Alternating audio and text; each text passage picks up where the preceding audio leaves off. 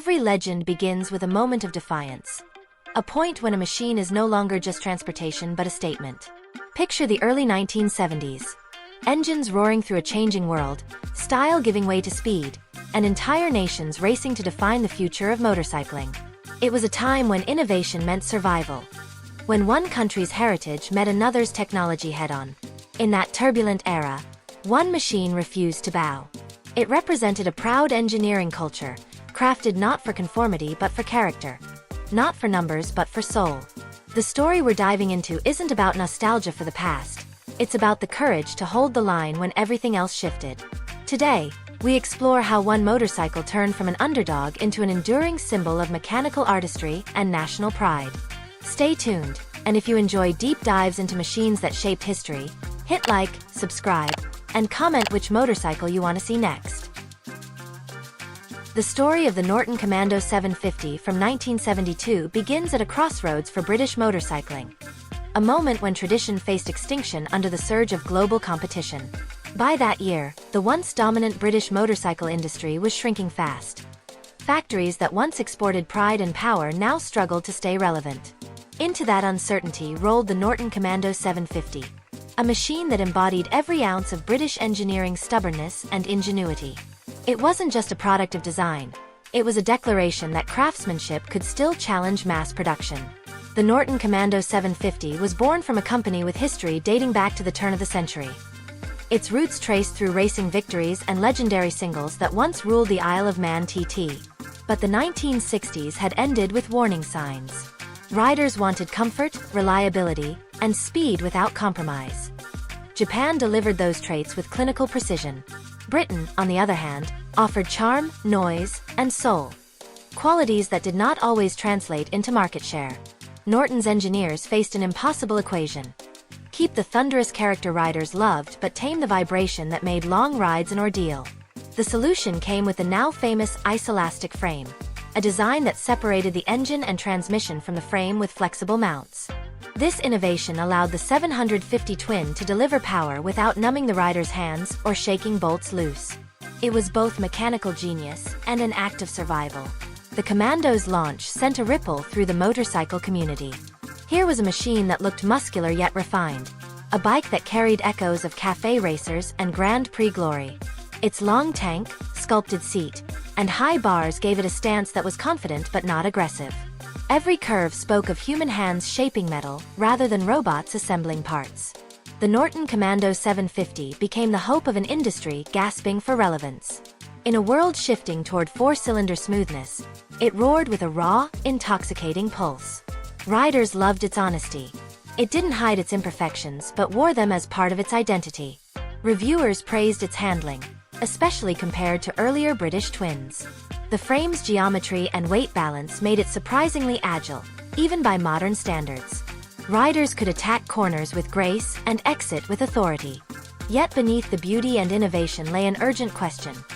Could one motorcycle, no matter how brilliant, save an entire industry built on fading ideals? The Norton Commando 750 wasn't just competing on performance. It was fighting for cultural survival. In garages across Britain, the Commando became more than a motorcycle. It was a badge of loyalty, a statement that British craftsmanship still mattered. Mechanics could understand it. Owners could fix it. Every bolt felt like a conversation between man and machine. Unlike the clinical perfection of imported models, the Commando demanded attention and gave back personality. Its roar wasn't polite. It was proud, unfiltered, alive. Norton's marketing leaned into that identity, promoting the Commando as a rider's machine rather than a commuter's tool. It was about connection, not convenience. For enthusiasts, that message resonated deeply. They didn't want quiet efficiency.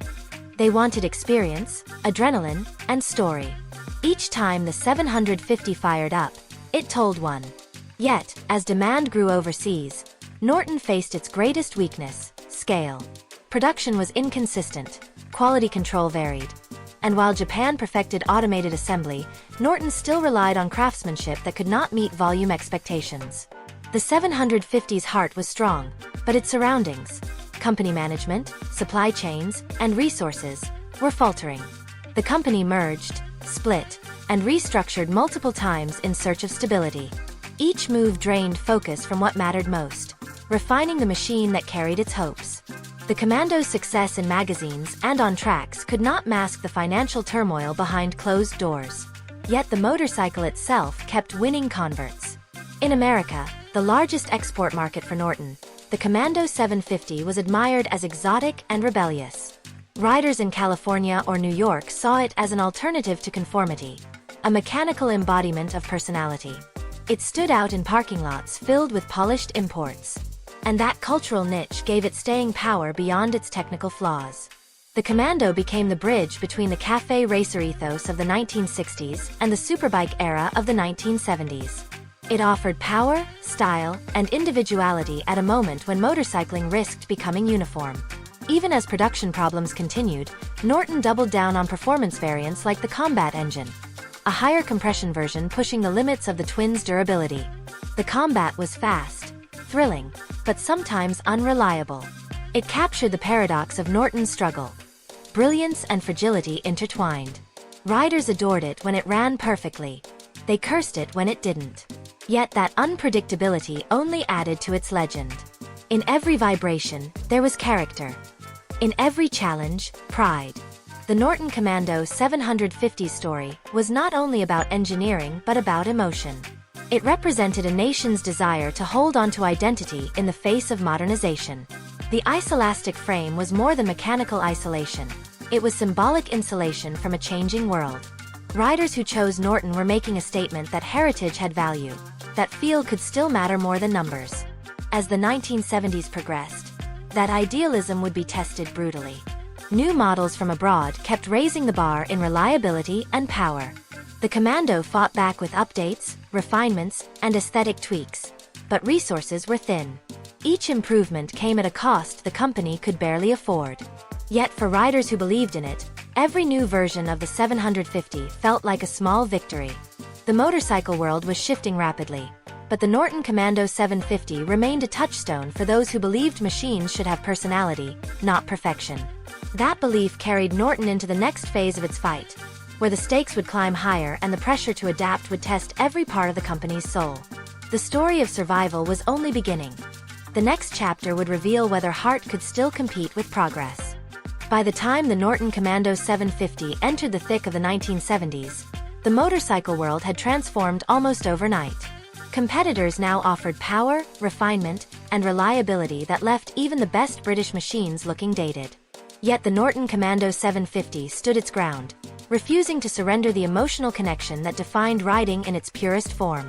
The engineers behind it continued to push the boundaries of what a parallel twin could achieve. Each revision brought improvements, sometimes small, sometimes transformative. The Commando's ongoing evolution demonstrated that innovation could still thrive under pressure, even as finances tightened and corporate support wavered. Riders recognized that determination. They felt it every time the engine came alive beneath them. The 1972 Norton Commando 750, especially in its combat form, embodied that relentless push for relevance. It was fast, visceral, and slightly unpredictable. A machine that demanded respect but rewarded mastery. The combat version produced around 65 horsepower, a significant leap for the time, and could reach speeds over 120 miles per hour. For a hand-built British twin, those numbers were impressive. But with higher compression came new stresses, and reliability became the trade-off. Some engines developed issues under prolonged high load, and while Norton worked to address them, the damage to its reputation lingered. Yet, many owners didn't care. They viewed it as the price of passion. The Norton Commando 750 was not a machine for casual riders. It was for those who understood that personality often comes with imperfection. The isolastic frame continued to be its defining feature, evolving as riders and engineers fine-tuned the system for better stability and reduced maintenance. It gave the Commando a unique blend of old-world charm and modern rideability, something few others could replicate. As more Japanese models appeared with electric start, overhead cams, and multi-cylinder engines, Norton leaned into its identity rather than chasing trends. The 750's beauty lay in its simplicity. Every part was visible, mechanical, and deliberate. There was no pretense, no plastic covers or hidden complexity. Riders connected to it not only through the throttle but through the wrench. Maintenance was part of ownership, a ritual that deepened the bond between man and machine. Motorcycling magazines of the era described the Commando as a paradox. Rugged yet refined, old-fashioned yet ahead of its time. It won numerous awards, including Motorcycle of the Year in Britain multiple times. For a company fighting bankruptcy rumors, that recognition was validation that they were doing something right. The Commando's appeal also crossed borders. In America, it became a cult classic, symbolizing independence and rebellion at a time when individuality was highly valued. Custom builders began modifying Commandos into cafe racers and street specials, further expanding its mythology. The 750's twin-cylinder heartbeat became the soundtrack of freedom for an entire generation. Still, inside Norton's headquarters, reality was harsh. The British motorcycle industry's fragmented structure, combined with labor disputes and economic strain, left little room for consistent production. The merger that created Norton-Villiers Triumph was meant to stabilize the sector, but instead, it introduced new complications. Decision-making slowed, resources stretched, and focus drifted from long-term development to short-term survival. Amid that chaos, the Norton Commando 750 soldiered on. Riders didn't see the boardroom struggles. They saw a motorcycle that refused to die. Norton's engineers, many working with minimal budgets, continued refining details. Improved brakes, revised suspensions, and subtle styling changes kept the 750 evolving even as corporate finances crumbled. The Commando Interstate offered a larger tank for touring, while the Roadster variant kept the sporty silhouette riders loved. Each model told the same story: resilience through refinement. What kept the Norton Commando 750 relevant wasn't just performance, but feeling. The way the clutch engaged with a firm pull. The way the exhaust note echoed against the open road. The way the seat transmitted just enough vibration to remind you that you were riding something alive. Those sensations became its signature, setting it apart from smoother, quieter machines. Riders described it as having soul, a word often used lightly but earned here through authenticity. The Commando did not pretend to be flawless. Instead, it reminded every rider that the bond with a motorcycle is emotional before it is rational. That connection became the key to its longevity. As the decade wore on, Norton began to introduce larger engines, but the 750 remained the heart of the story, the model that defined the company's defiance. Collectors and purists saw it as the last truly British superbike before global manufacturing changed the landscape forever. The Norton Commando 750's battles on racetracks further cemented its legacy. In production racing, where near-stock machines competed head-to-head, the Commando often punched above its weight. Skilled riders used its agile chassis to challenge technically superior machines. Victories were celebrated not just as wins, but as proof that heritage could still triumph over technology. Every podium finish was a statement of survival. Yet, the cracks beneath the surface grew wider. Norton's production methods couldn't match the consistency or scale of its global rivals. Warranty claims increased, costs rose, and government intervention loomed. The company found itself caught between pride and practicality. Even so, the motorcycle endured.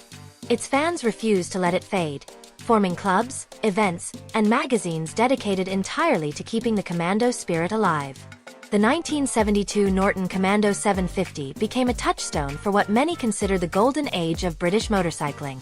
It captured the moment before the fall, when design, courage, and defiance still mattered more than efficiency and mass appeal. Its imperfections only added depth to its legend. By the mid-1970s, Norton was fighting on borrowed time. But every time a rider kicked the 750 to life, the sound reminded the world of what Britain once built with pride. That echo carried beyond the factory walls, inspiring a generation of engineers and dreamers who would later revive the Norton name.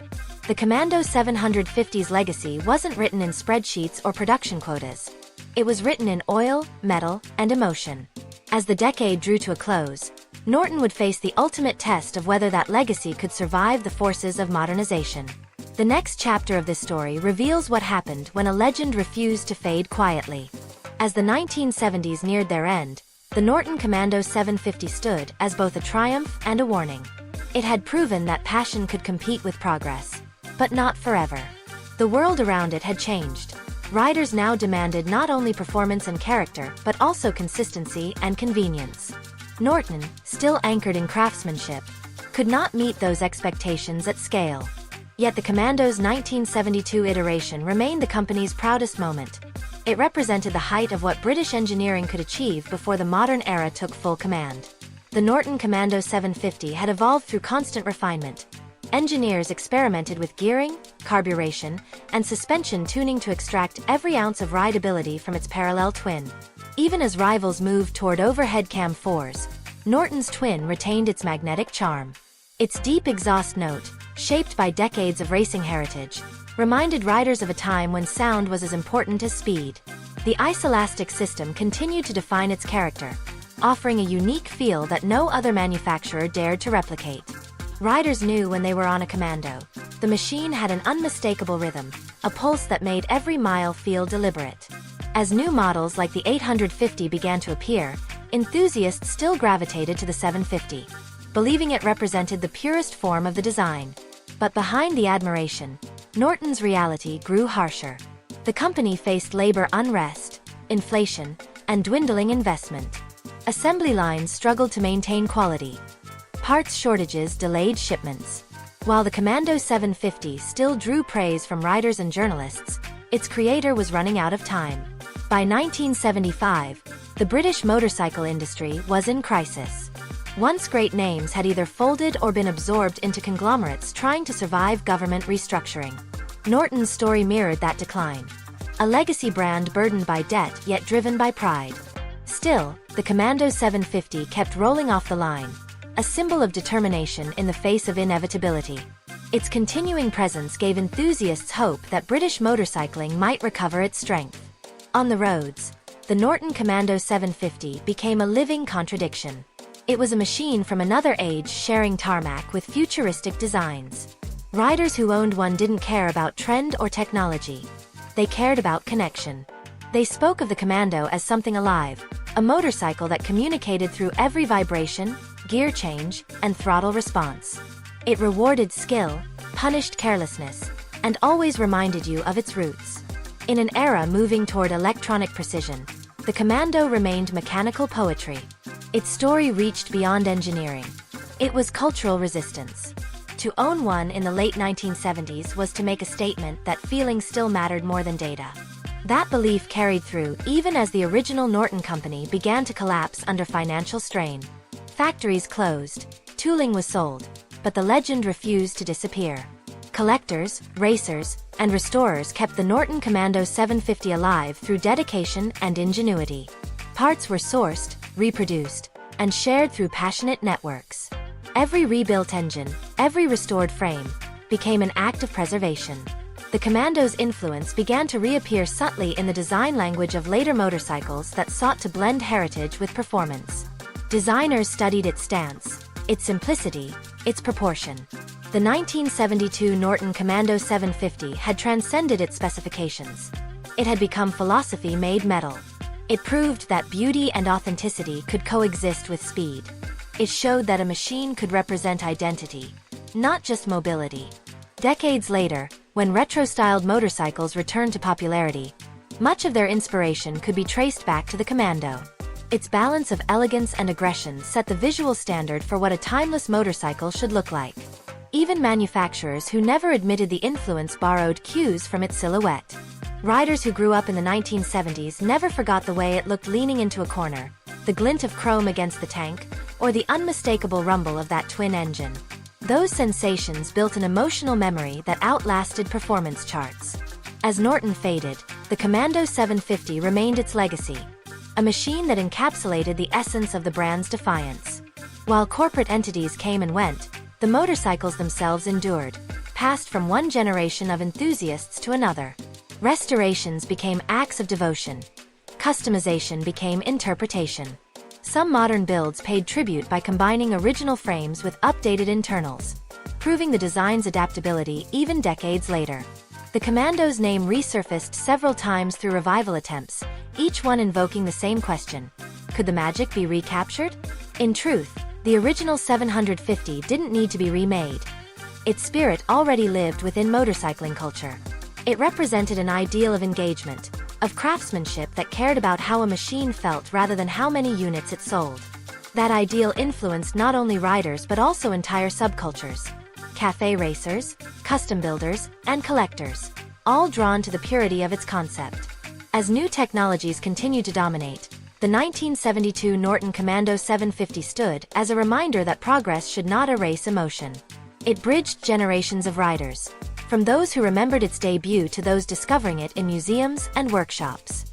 To understand it was to understand an era, the final stand of British engineering pride before the industry's transformation.